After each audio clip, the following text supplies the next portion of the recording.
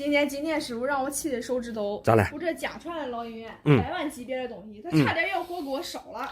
哇塞，你这个银元确实不是一般的冤大头。你看上面竟然带了一个苏维埃的钢戳，这不用烧，这一看就是银的。还是你眼力好啊！那个金店的师傅就想验验是不是银子，我看他不懂，我直接拿着银元都回来了。说实话啊，无论啥样的银元，绝对是不能用火烧的。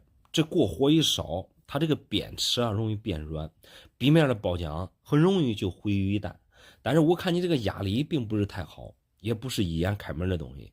这银元是哪来的？这是我老公家里面传下来的，因为太过贵重了。我公公他年前才给我，100万以上的价值。如果是真币的话，这绝对是几百万以上的东西。你看你这个苏维埃的钢戳，打得非常工整，本身这种币就少见，这状态绝对是无敌。老板还是你识货。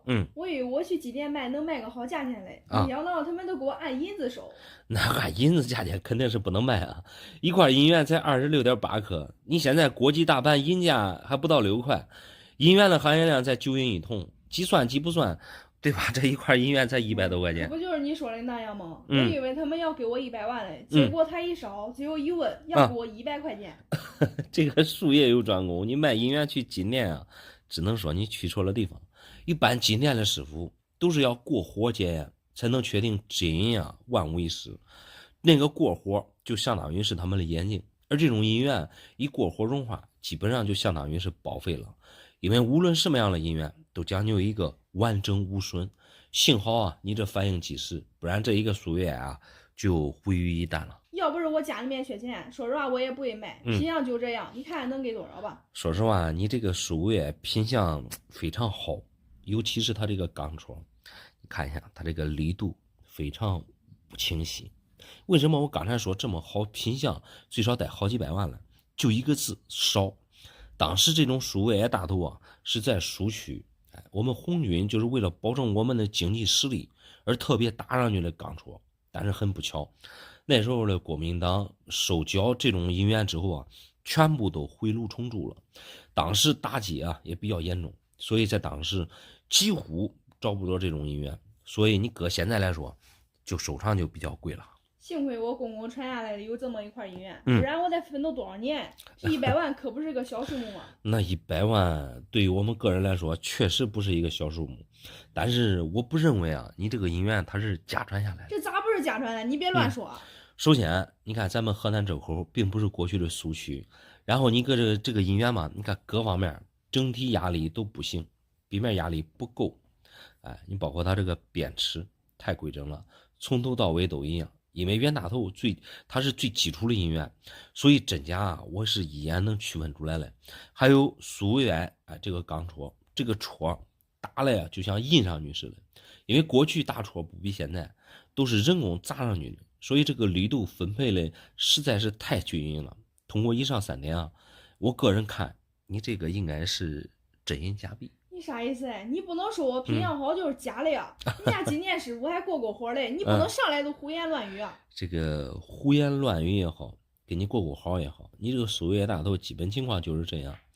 这个你可以给这个现实中的这银元做一下对比，你看一下这压力，前后，明显这个区别还是很大的。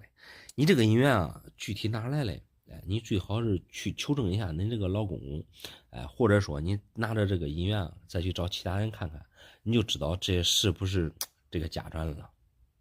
我谁也不问，反正少100万我不会卖。你休想骗我的银元，骗是不存在的。给你再找其他人看看。老板，我这里有100块钱，它的个头太大，装不进存钱罐，麻烦你帮我换成整钱。哇塞，你这哪是100块钱啊？这分明就是100块银元，你普通的存钱罐肯定装不进去，这个头比硬币大多了。换100块钱，小朋友，你该不会把它们当成1块钱了吧？这上面写的就是1元啊，这2字我太认识了，刚好是100块，正好能换100块钱。1元2个字你认识不假，这是过去晚清民国100多年前的计量单位，和我们现在的1块啊差别巨大。这100块银元，这都是一眼开门的东西啊，哪一块都是26.8克的银子，1块换1块钱太亏了。这银元这是哪来的呀？这100块银元是我爷爷奶奶给我的压岁钱，一年给我10块，今年刚好10岁，刚好攒100块。既然是当压岁钱攒起来的，我来给你核算一下啊。如果这100块银元兑换成100块钱的话，相当于你爷爷奶奶一年只给你10块钱的压岁钱。我知道你想说什么，一年只给我10块钱的压岁钱，我感觉爷爷奶奶太抠了。你可别误会你爷爷奶奶，一般的家庭，你别说这个一年拿10块这个银元当压岁钱发出去，大部分的家庭啊，一辈子连10块银元都没有。我就随便拿1块银元，在过去的购买力相当于500-600，你即使放到现在，即使品相差的，现在也很值钱啊。叔叔，你说的是什么意思啊？我这自作主张换一次整钱，难道还亏了不成吗？你拿1块银元兑换成1块钱，这是必亏无疑。因为这些银元啊，你看它的面值虽然说写着1元，但是它们的面值啊早就过期了，相当于是26.8克的银子。说句不好听的吧，你就是拿出来卖破烂，按银价6块钱1克的话，这哪一块也得卖个100-200啊。那就当破烂卖呗，一个200，100个那就2万了呗。那我这10年的压岁钱可喜欢人了。对啊，爷爷奶奶这可是至亲，给亲孙子的这个压岁钱啊，都是很实在的。我给你估的都是破烂价，更何况你这100块银元，我看这品相状态都不错，虽说都是常见的袁大头，这当破烂卖也是巨亏啊。那按你的意思不止2万喽？究竟这100个能兑换多少钱啊？你说的我有点绕了。你主要是年龄小，加上这个对银元又不懂，所以不了解它的价值很正常。一般像这种袁大头，现在被定义成5级文物，你就随便拿一块变形的，品相特别差的，才会当银价卖。而你的这些，你看这都是通通无伤无戳的品相。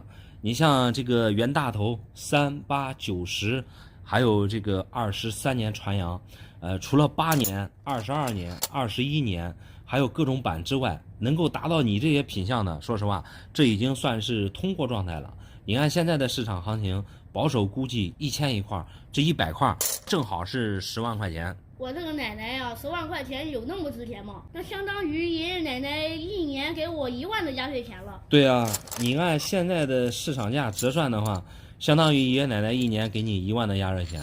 这样来算的话，你爷爷奶奶其实并不抠，他们还是非常疼爱你的。